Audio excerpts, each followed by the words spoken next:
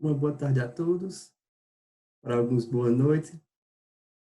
Podemos nos acomodar melhor agora para a nossa palestra de hoje, certo?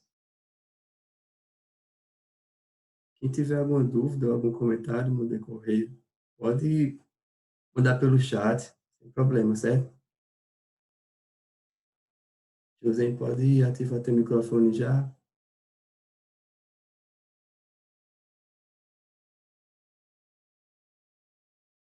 Então, boa tarde, boa noite, como estava falando sozinho.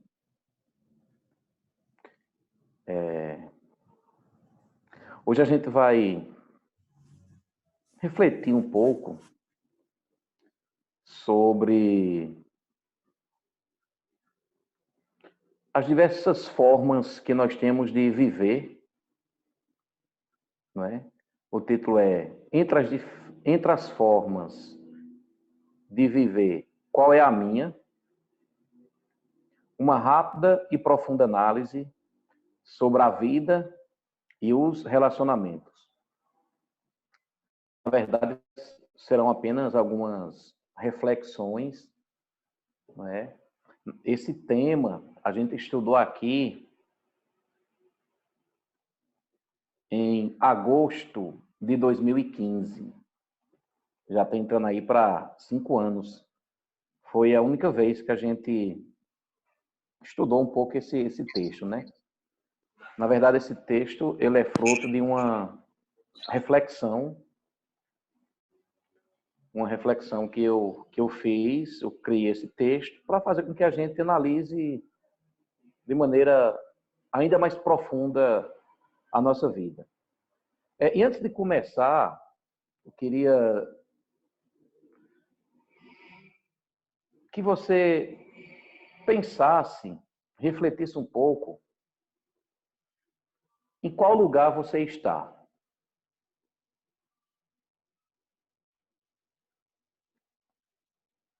Seu lugar mental, seu lugar emocional, de onde é que você está vendo toda essa realidade? Quais são os parâmetros que você tem usado para poder ver a vida, para poder viver a vida, para poder se relacionar? O que é que você mais valoriza na sua vida?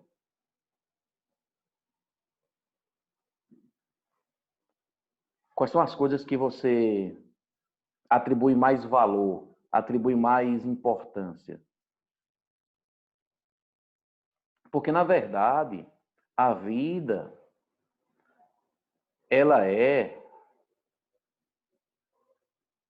para nós, para cada um de nós, ela é exatamente a forma como eu a projeto, mental e emocionalmente. A gente conversou um pouco semana passada sobre o esforço de mudança de vida. Não existe, para mim, uma realidade diferente daquilo que eu consigo enxergar, daquilo que eu consigo sentir. Por isso que é muito importante nós termos valores, pensamentos, ideias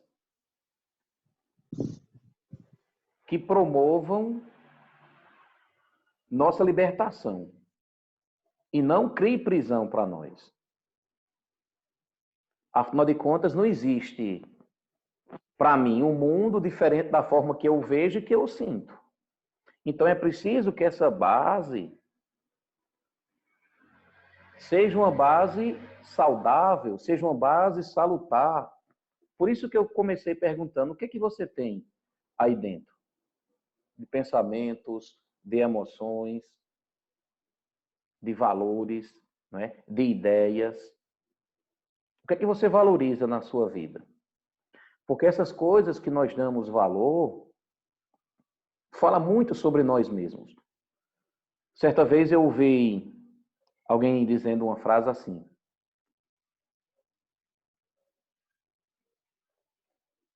quando o Chico fala de Francisco, fala mais de Chico do que de Francisco.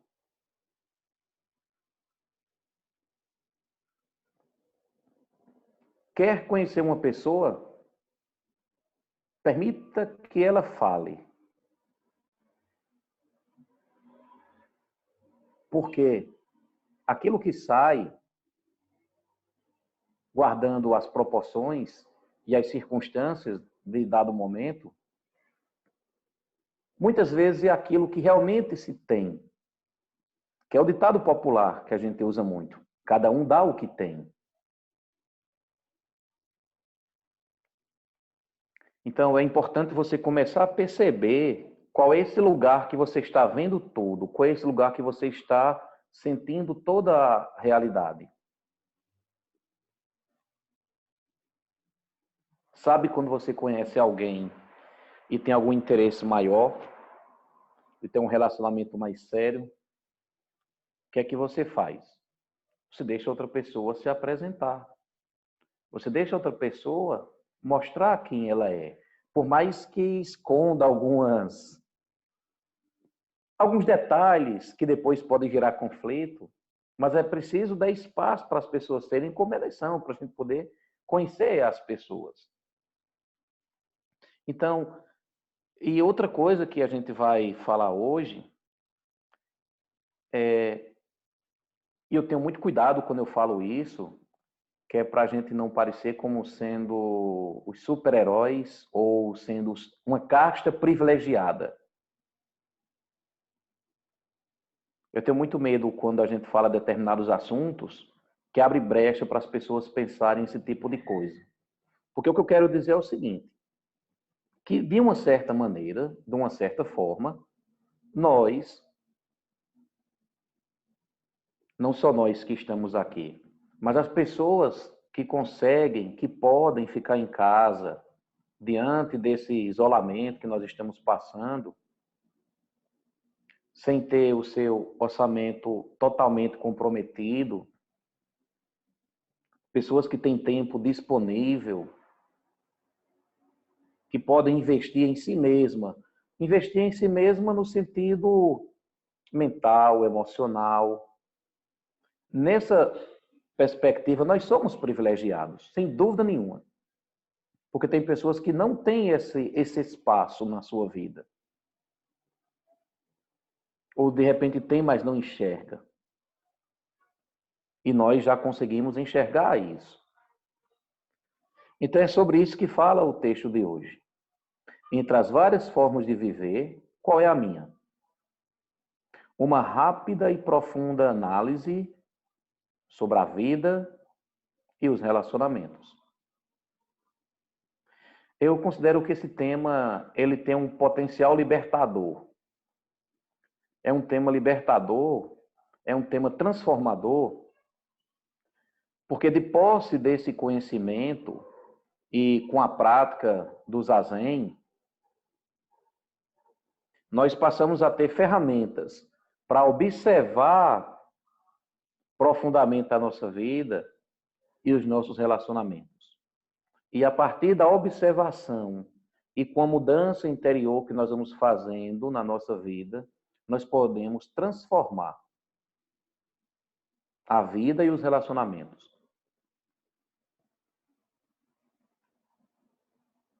Quanto às formas de viver, existem diferentes formas de viver. Mas podemos destacar basicamente duas: viver por viver e viver para se libertar. Viver por viver significa estar engajado só com conquistas materiais, se ligando pouquíssimo ao sagrado. Viver para se libertar significa, primeiramente, comprometer-se em se apossar da própria mente, observar e mudar a forma de entender o mundo e as relações.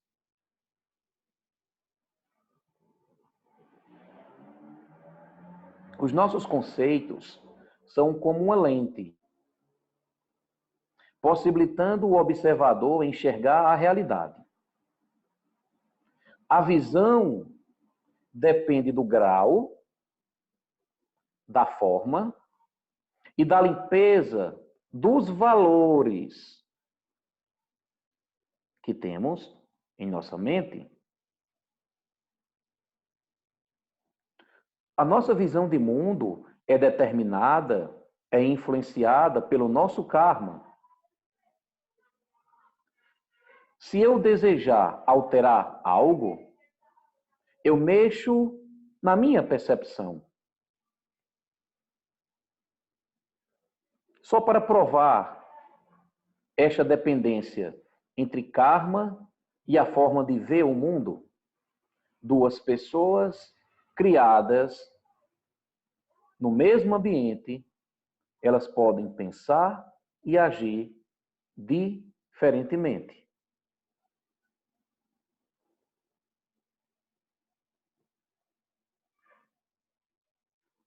Quem busca a liberação sabe que discutir opiniões, impor as suas, se indignar a ponto de ter ira,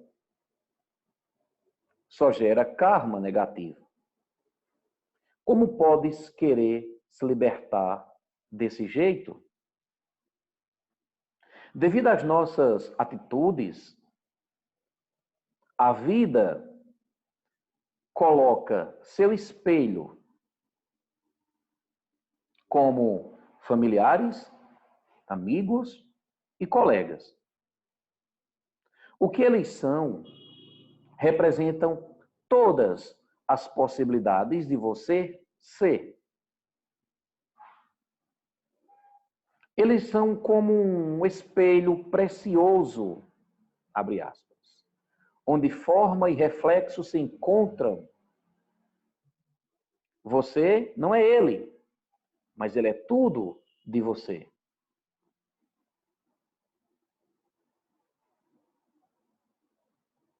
Quem quer se libertar, quem vive para se libertar, não provoca ou procura explorar os pontos fracos de ninguém, nem de brincadeira, por nenhum momento.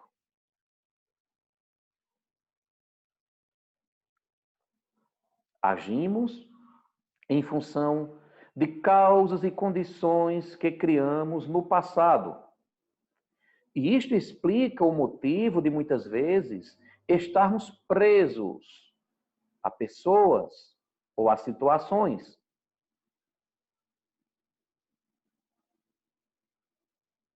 Quando falamos aqui em passado, não é necessariamente o passado de outras vidas. Pode ser o passado de ontem, ou mesmo de agora a pouco. Não se lembre do passado e esqueça do presente.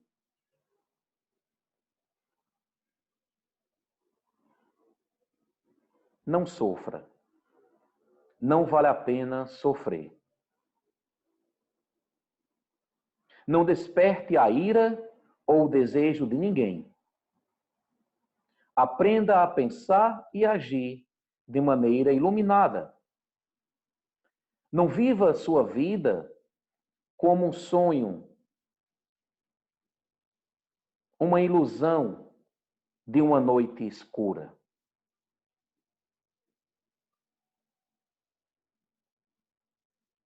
Quem quer se libertar, pratica os ensinamentos porque sabe que existe uma experiência mística depois das primeiras fases desérticas do zazen, onde parece que nada está acontecendo.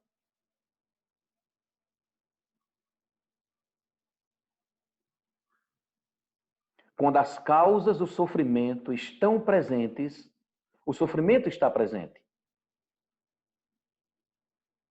É preciso abandonar as causas do sofrimento. As coisas não mudam se suas causas não mudarem.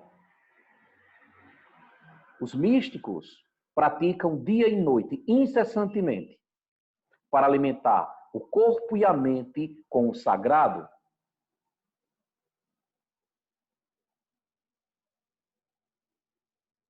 No Parinirvana Sutra, Shakyamuni Buda diz: se vocês querem se libertar de todo o sofrimento, vocês devem conhecer o contentamento.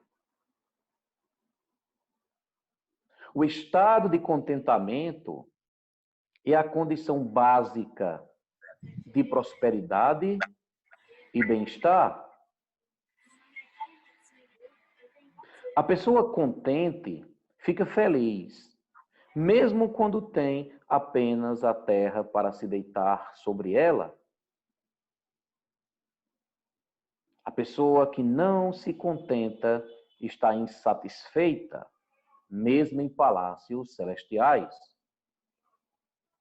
Quem não conhece o contentamento é pobre, apesar de todas as riquezas que possa ter.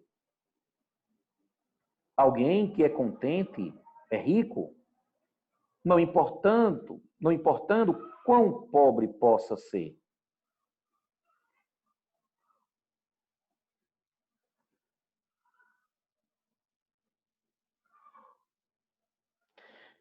Então, que a gente possa pensar nas possibilidades que nós temos nessa vida. Você já parou para pensar nas possibilidades que nós temos? Eu escutei um dia desses uma pessoa dizendo: você pode fazer o que você quiser.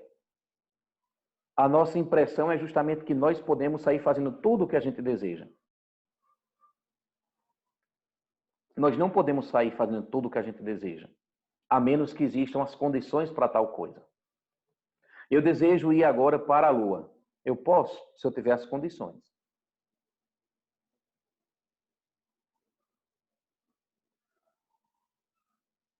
Então, quais são as condições que você tem? As condições que você possui e você pode usar para se libertar das amarras, daquele pensamento que maltrata, daquela emoção que te machuca, daquele relacionamento que você às vezes não consegue respirar. Eu não gosto de usar essa frase, mas eu vou usar. A gente não gosta de sofrer, é verdade. Mas nós adoramos aquilo que vem antes do sofrimento.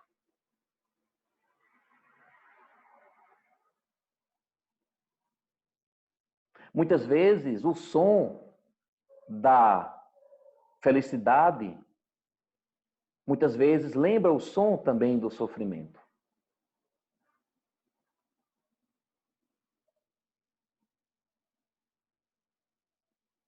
Então, que a gente possa refletir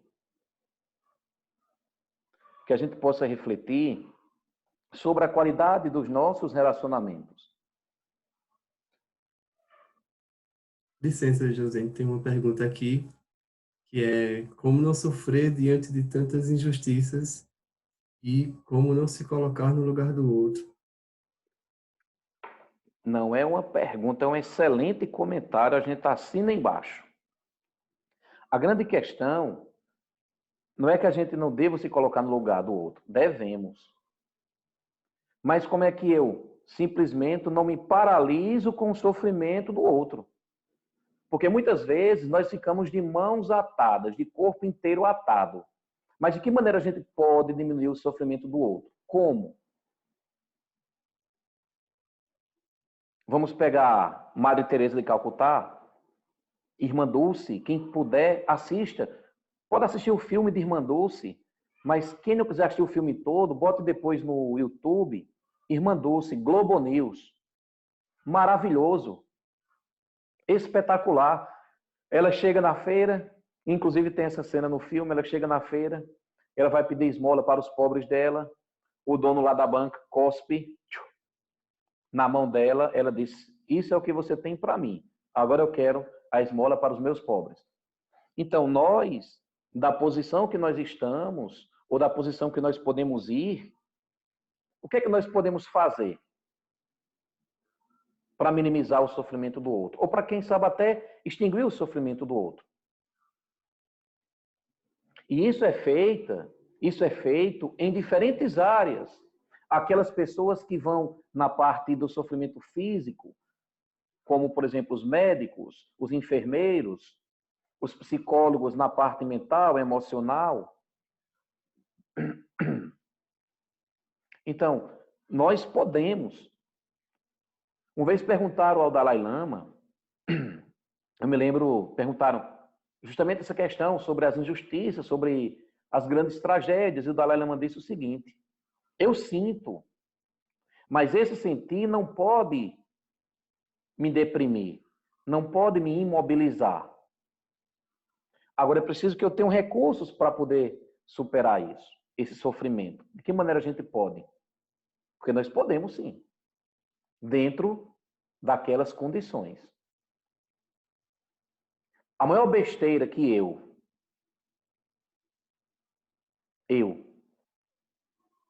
acreditei na minha vida foi em uma revolução externa.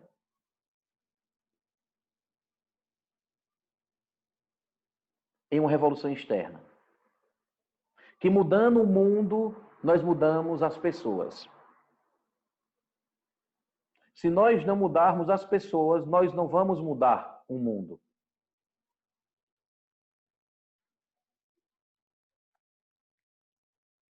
Porque, como diz Thich Nhat Hanh, nós podemos doar a nossa presença verdadeira. Nós conversamos isso a semana passada. Thich Nhat Hanh fala, nós podemos doar a nossa paz, a nossa estabilidade. Nós podemos fazer uma escuta compassiva. A grande questão é que o próprio Shakyamuni Buda, ele falava que nós vivemos num mar de sofrimento, que é o samsara. E nós, enquanto seres humanos, nós não temos a habilidade, capacidade de atuar em todas essas esferas. Nós não temos. Mas no lugar que nós estamos, nós podemos sim fazer coisas. Com o recurso que nós temos. Então, e nessa questão de superar o sofrimento, ajudar as pessoas, nós também vamos estar criando relacionamentos de méritos. Porque se alguém tem sede e você dá um copo d'água, se essa pessoa fica grata, essa gratidão te atinge.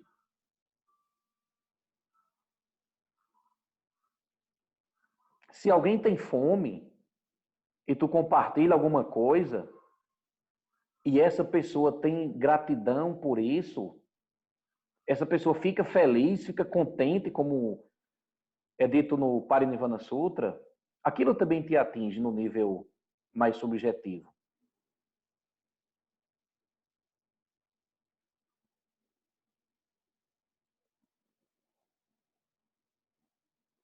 Como fazer essa mudança? Essa mudança é justamente de dentro para fora. Eu não acredito que essa pandemia ela veio para isso. Mas eu acredito que a partir dessa pandemia nós podemos fazer isso. Porque é muito interessante, pessoal. Perceba, quando nós temos as grandes tragédias, nós vemos a humanidade dar as mãos. É incrível isso. Lógico que nós temos grupozinhos que querem realmente ver o barco afundar, o circo pegar fogo. Temos, mas isso não é maioria. O que move o mundo é a compaixão, pode ter certeza.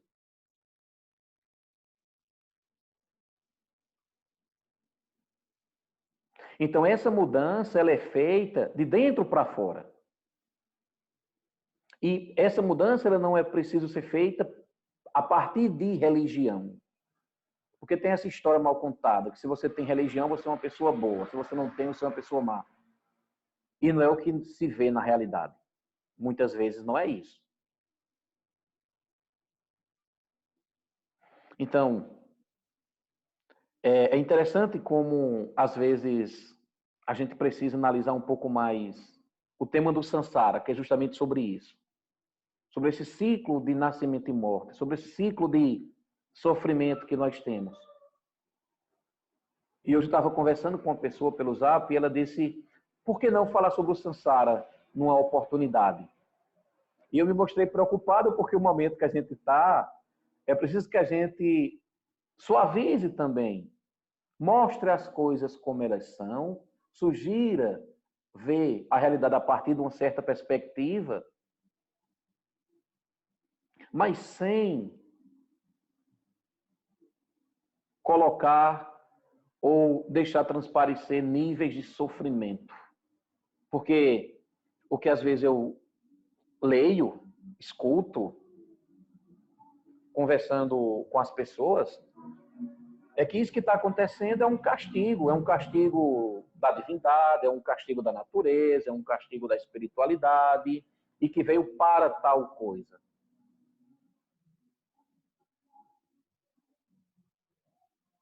Então, nessa ajuda que nós podemos fazer ao todo,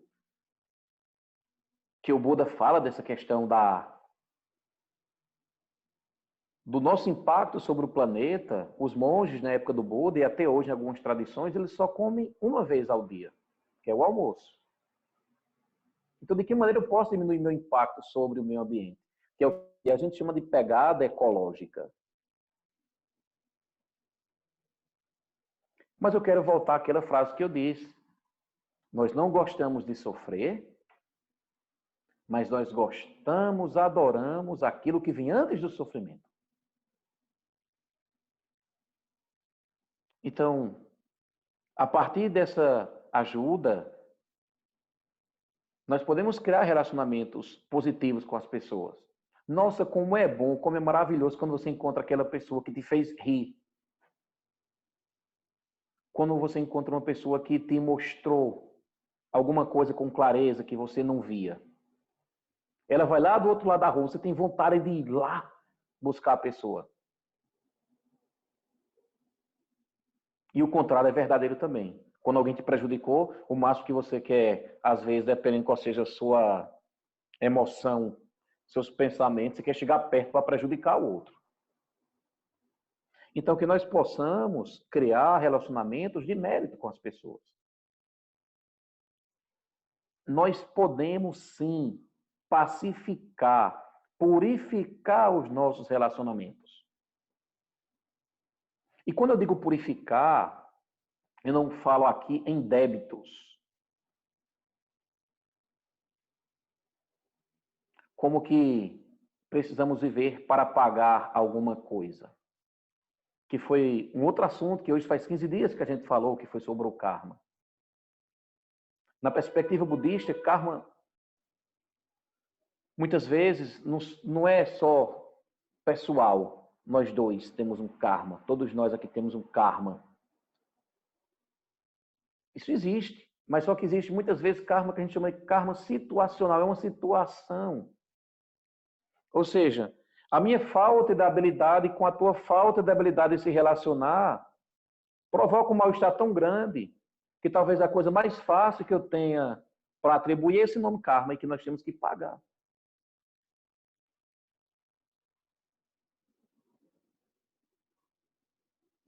E quando a gente não tem esses relacionamentos de méritos, quando nós temos as relações pacificadas, nós vamos viver a vida equilibrando as coisas, equilibrando as situações. Eu não sei se você conhece pessoas ou se você é desse jeito. Malabarista da vida, sabe? Nós precisamos correr para aqui agora para poder ajeitar isso, aí depois nós temos que vir para cá agora e daqui a pouco precisamos sair ajeitando tudo. Quem quer praticar o Dharma, quem quer se envolver com a espiritualidade, precisa disso. Porque como é que nós podemos praticar a espiritualidade se simplesmente uma série te tira do caminho?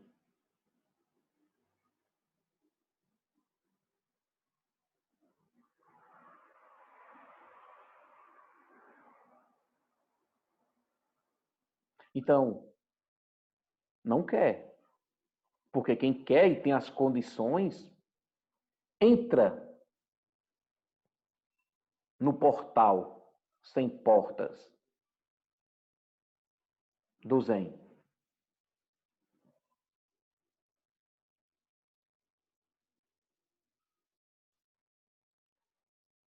Alguém coloca, só Zen, se você puder, meu filho, dá para tu ler esse comentário? Assim, quando eu vivia no Brasil, me sentia super forte. Participava de um grupo, realizávamos muitas coisas juntos, celebrávamos juntos. Vivendo aqui na Alemanha, muitas vezes me sinto fraca. Percebo que realizo coisas, mas sinto falta do grupo, da celebração da vida. Às vezes penso que estou aqui para aprender a ser forte a partir de mim mesma, e não do grupo. Isso é possível? Um comentário belíssimo. As duas coisas são possíveis. Em um dado momento, existia aquela condição do grupo de celebrar a vida. E a condição de agora pode ser a partir do indivíduo. Porque a melhor companhia, isso aí não é individualismo, a melhor companhia para você é você mesmo. Lógico que essa coletividade, ela é importante. E nas grandes tragédias, que era isso que a gente estava falando agora, nas grandes tragédias parece que liga um alerta aqui. Opa, vamos salvar o meu irmão aqui, porque se eu salvar o meu irmão aqui, eu também vou me salvar. E agora eu me lembro que ontem eu estava participando de uma live e tinha uma senhora, ela falava muito nessa linha, que a gente não viu o outro, agora a gente está vendo o outro. Então é possível sim, porque são momentos da vida que são momentos diferentes. E nós não podemos dizer que vai ser assim até um dado momento. Vai ser assim a partir dessa individualidade, até as condições permitirem que sejam assim. Quando as condições mudarem, porque as coisas são impermanentes,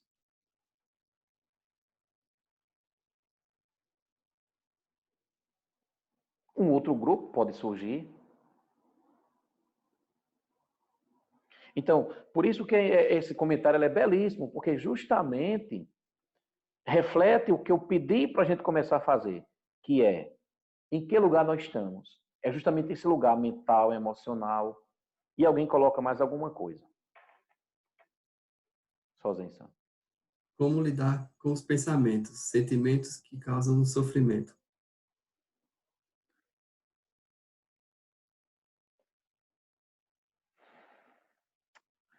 Tem uma história que se conta assim. Diz que tem uma pessoa querendo muito meditar, fazer zazen. Aí foi conversar com um monge zen. Aí o monge disse, tá certo, mas eu vou lhe pedir uma coisa. Você vá para casa e não pense em nada quando estiver meditando. Quando estiver fazendo zazen, não pense em nada. E a pessoa que tinha ido conversar com o monge, assim que saiu, ficou pensando, por que ele quer que eu não pense em nada? Por que ele quer que eu não pense em nada? Como não pensar em nada? A prática, o que hoje a ciência diz, é justamente que quando você tem prática meditativa frequente, intensa, e para tal coisa acontecer é preciso termos disciplina, determinação. E quando a gente tem prática de meditação, esses pensamentos que muitas vezes incomodam a nossa mente, essas emoções que roubam o nosso sossego também, eles vão, eu costumo dizer assim, que era como se estivesse passando um maçareco. Você vai lá com um ferro quente, aquilo ali começa a derreter. Você começa a observar os seus pensamentos e até poder de escolha sobre ele. Agora, tem duas coisas de possuir. Tem duas formas de possuir as coisas. Duas maneiras nós temos de ter as coisas. desejando muito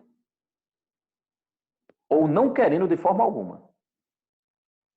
Porque quando eu desejo, mesmo que eu não tenha fisicamente, eu tenho mentalmente. E quando eu repudio do mesmo jeito, eu não quero, não quero, não quero, já tem. Por isso que o Buda fala, o caminho é o caminho do meio. O caminho não é o dos extremos. Então a prática começa a quebrar esse sistema automático do nosso cérebro, das nossas emoções. Era como se esses pensamentos, essas emoções, começassem a se acalmar. Eu passei por coisas na minha vida que me dilaceravam quando eu pensava, quando eu lembrava, quando eu sentia.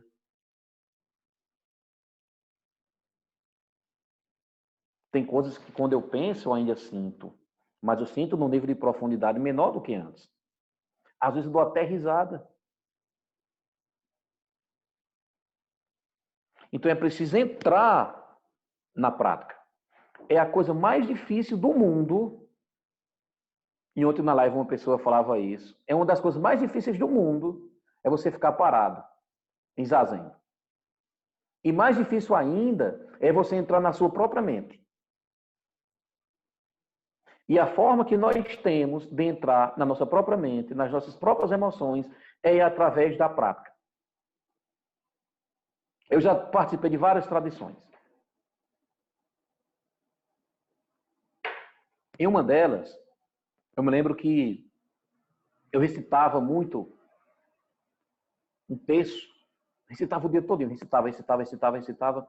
Eu quero compartilhar um momento que as pessoas que frequentam aqui já sabem. Quando eu conheci minha esposa, eu me lembro que na época do namoro, aí a gente marcou para se encontrar na praça. Aí ela chegou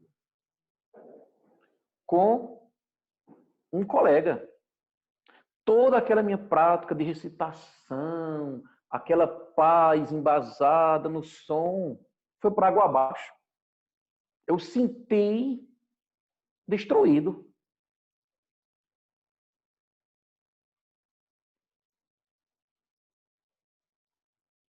Por quê? Porque tem alicerces de areia. Então, como é que eu vejo alguma coisa e eu não me engano com aquilo que eu vejo? Porque o que faz com que a gente se engane é a emoção que vem e o pensamento que vem. E eu me lembro que depois ela chegou e disse, aqui é Vinícius, é... Aí começou a falar. Inclusive, ela é uma das pessoas que organiza o Encontro para a Nova Consciência aqui na cidade de Campina Grande. Não é? Então, assim, as coisas nos maltratam. E elas nos maltratam principalmente pela forma que a gente vê, pela forma que a gente sente.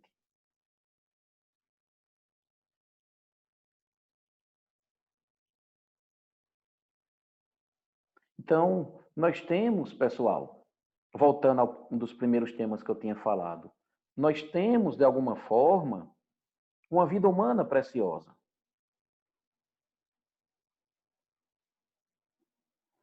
Eu disse anteriormente, imagina a quantidade de coisas que nós podemos fazer na nossa vida, dentro das condições que nós temos. Lógico.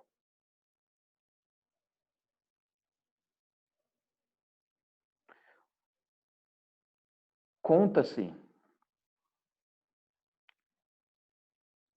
que a gente ainda não se iluminou, ainda não se libertou, porque a gente não quer.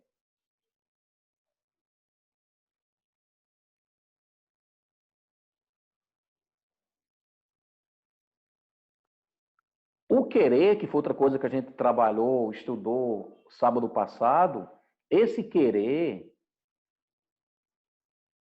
vem do desejo, e esse desejo, ele vem da fé, do acreditar, mas não é, eu não estou dizendo aqui que é para você ter fé no Buda, fé. Não, não é isso. Mas que podemos sim se libertar. Não é uma fé cega que eu estou dizendo. Os budistas têm fé no Buda, têm fé no Dharma, têm fé na Sangha, Mas não é uma fé cega. Nossa, eu tenho fé. Ó, o Buda vai vir aqui me libertar de todo o sofrimento. O Buda, o Dharma, a Sangha. Se eles pudessem fazer isso, eles já tinham feito. Cabe a nós. Então, como fazer com esses pensamentos que nos maltratam? Sente. Sente no zafu. Sente na cadeira, no banquinho.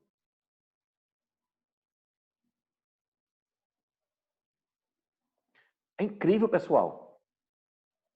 Como os grandes mestres da humanidade, se você pegar, eles tiveram seus momentos de isolamento. O Buda foi para a floresta, Jesus foi para o deserto, Maomé foi para o deserto, e outros que tiveram seus momentos de isolamento. Porque esse isolamento, e é justamente isso que está no caminho da libertação dos pensamentos, esse movimento, esses momentos de isolamento que nós temos, eles são importantíssimos para você limpar o seu influxo mental e o seu influxo emocional.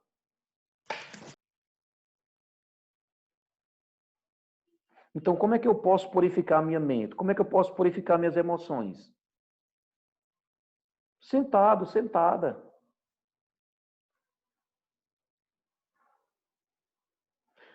O isolamento é uma parte da libertação. Não é o caminho apenas. Porque enquanto nós estamos isolados, esses influxos mentais, emocionais, eles vão diminuindo e isso faz com que eu tenha um pouco mais de autonomia. Isso é a cereja do bolo. Apesar de eu gostar mais do bolo todo.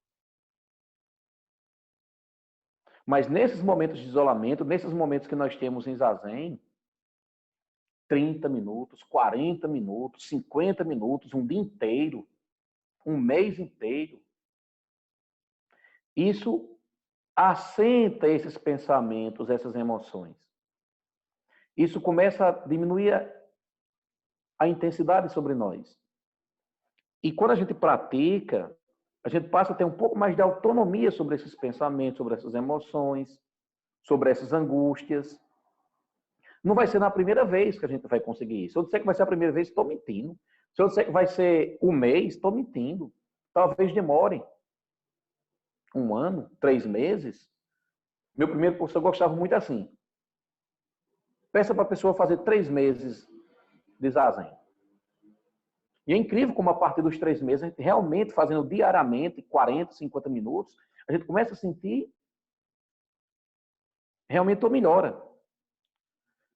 Mas eu repito, esse isolamento, essa prática do zazen, da meditação, baixa essa confusão. Mas não é o suficiente isso. Por quê? Se eu apenas fico nessa parte do isolamento, quando eu for lá para o contato social, para os relacionamentos, é a hora de perceber se realmente aquilo funcionou.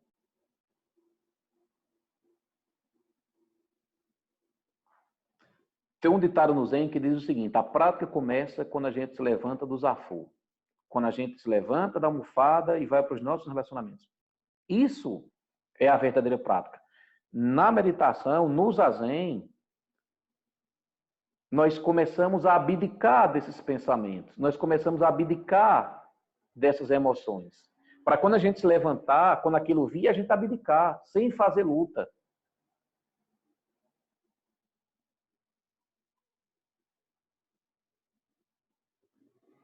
Então, é justamente isso que é o portal sem portas do Zazen.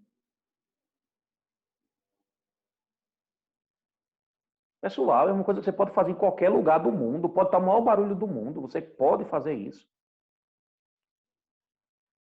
Nós não precisamos de circunstâncias especiais. Um grande templo, um grande mosteiro, não. Aí onde você está mesmo agora, por mais ou menos gente que tenha. Agora é preciso o quê? Aspiração. Eu sei que quando eu falo aspiração, nós temos um bocado de coisas aqui que nos puxa para baixo. Por isso que você precisa sentar. Shantideva, que é um monge, um dos mais sábios monges budistas que viveu na Índia, ele diz o seguinte: agora que temos este precioso corpo humano, provido de todas as condições favoráveis à prática do Dharma, é necessário tirar proveito desta oportunidade. Ou seja, o que é que eu faço com esse meu corpo humano precioso, com minha mente e com minhas emoções? Como é que eu posso tirar proveito disso? Como é que eu apenas não vivo?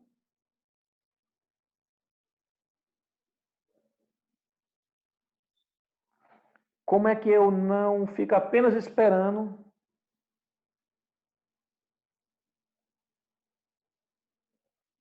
De que maneira eu posso tirar proveito? Da minha mente, das minhas emoções, da situação de vida que a gente tem. De que maneira eu posso desenvolver minhas habilidades interiores, minhas qualidades?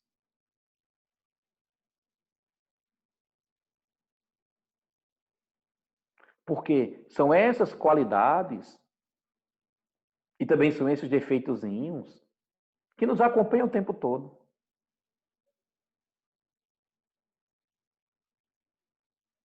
A nossa verdadeira casa é essa, que tem as emoções, que tem os pensamentos. A gente não se livra disso.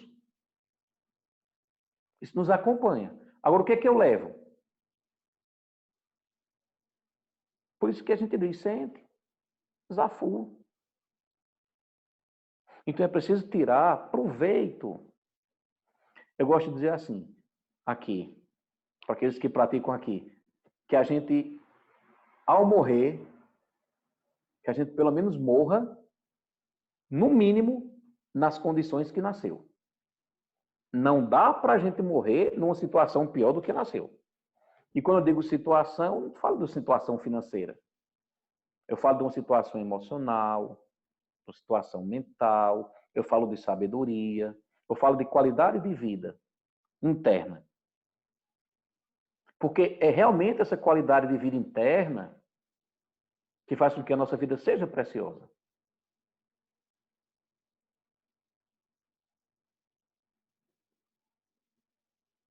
E aí, para isso, existem os preceitos. Porque os preceitos, a gente aprende logo a não prejudicar as outras pessoas. A gente que é do Zen budismo, a gente recebe 3 preceitos, chamados 3 preceitos puros. O primeiro é não fazer o mal. O segundo é, se for fazer alguma coisa, faça o bem. Fazendo o bem, de preferência, faz o bem a todos os seres. Isso é muito profundo.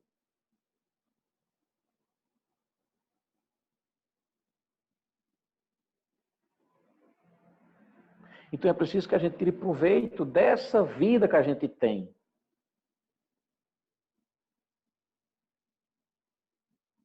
Lógico que a gente vai ter uma situação ou outra que vai nos tirar do sério. Só que a nossa capacidade de voltar para essa estabilidade vai ser maior do que antes.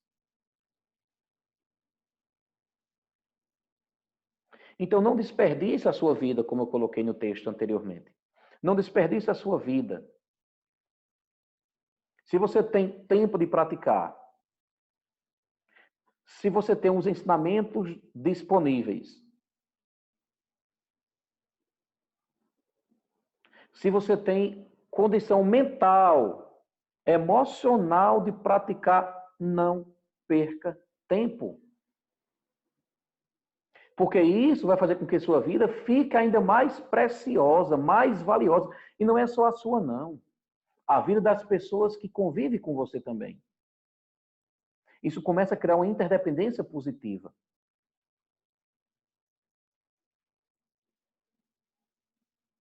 E olha o quanto nós somos privilegiados. Nós não vivemos em áreas de guerra. Nós não vivemos em áreas que tem uma grande calamidade, sempre, como em alguns países. Lógico que nós estamos passando por um período muito difícil no mundo agora, muito difícil mesmo.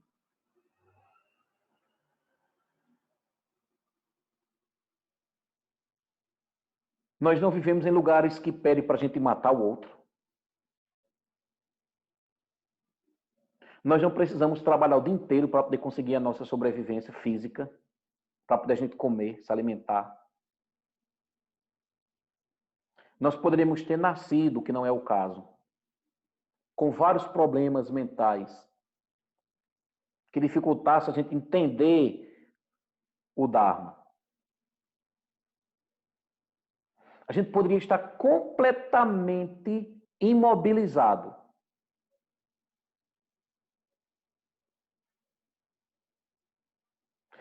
Nós temos saúde física, mental, emocional, por mais problemas que nós temos, por mais instabilidade emocional que nós temos, por mais instabilidade mental que nós temos.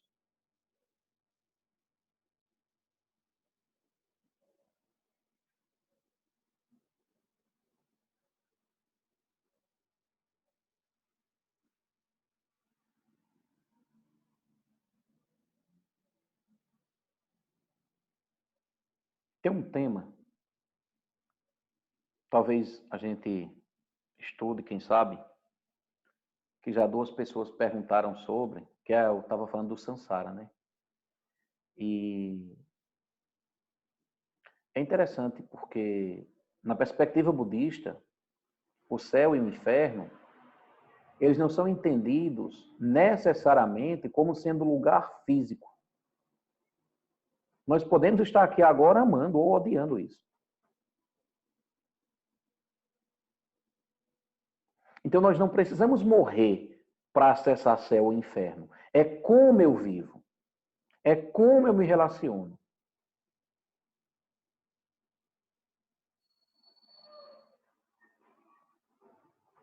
Então, se você tem um mínimo dessas condições que a gente falou hoje aqui, não desperdice, não jogue fora. Isso é raro. Raro. Isso é mais valioso do que todas as joias preciosas que a gente pode encontrar numa rocha, num solo.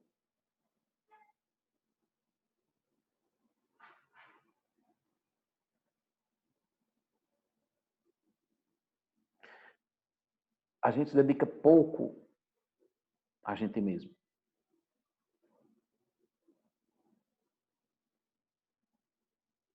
A gente passa muito tempo da nossa vida, do nosso dia a dia, fazendo coisas que nós não vamos levar através de espaço e tempo. Mas é lógico que é preciso a gente fazer coisas para esse mundo aqui, óbvio. É preciso deixar o mundo para as pessoas que vão vir depois de nós melhor do que nós encontramos. E aí é uma das perguntas que fizeram aqui sobre essa questão do sofrimento, das injustiças. E para encerrar, a minha professora, a Monja Coen, ela gosta muito de fazer, às vezes, uma comparação que é assim. Ela disse que no Japão tem alguns professores que diziam: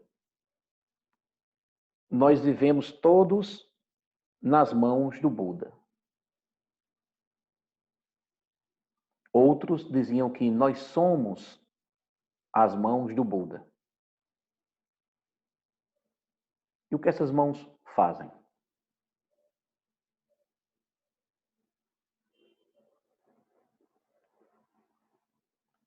A palavra Buda, despertar.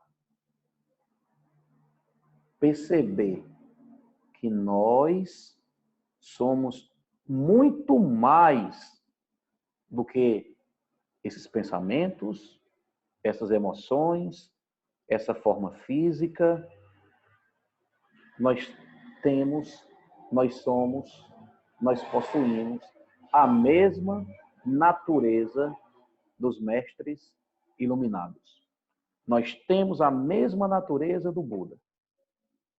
Mas só você pode acessar e mais ninguém. Que os méritos de nossa prática se estendam a todos os seres e que possamos nos tornar o caminho iluminado.